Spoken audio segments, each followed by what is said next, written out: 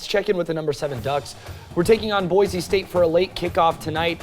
The Broncos actually just scored as we were going into the show. So it's 17-14 with about 4.5 minutes left in the second quarter. Dillon Gabriel has rushed for a touchdown. He has thrown one to Evan Stewart as well. So let's get some more context into how this game is going. Brett Taylor joins us live from Autzen Stadium. He covers this Duck team very closely.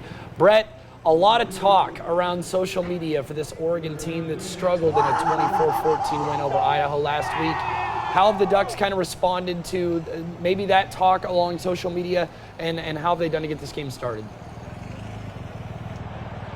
Well, there were two really big question marks heading to this game in the first place. Could Oregon's offense be explosive, and could they protect Dillon Gabriel? Let's start with the positive. They have definitely been explosive in this one. We already talked about one of the touchdown passes from Dillon Gabriel to Evan Stewart.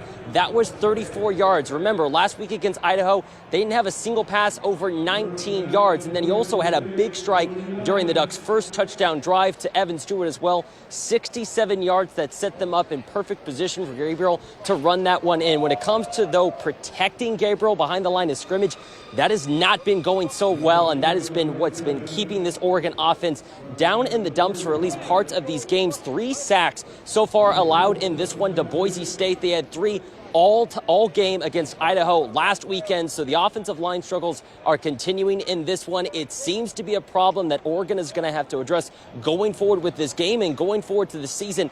We're just going to have to figure out whether or not it's going to cost them, because if these drives keep stalling for Oregon here and there, Boise State can definitely take this one away from the Ducks tonight. And then, Brett, to Ashton Jeanty, the running back for Boise State. He had quite a week last week. How are the Ducks doing so far stopping that Boise State running back? Pretty good, actually, Nick. I mean, they've been keeping Jeanty in check. He's only been averaging about 3.7 yards per carry, and by Jeanty's standards, that's low considering he's coming off, what, 100 and I believe 60-yard performance last week in the Boise State's win against, I think, Georgia Southern. So Oregon's been doing a good job in that one. But let me tell you, Jeanty is just built different. I saw him in warm-ups without his shirt.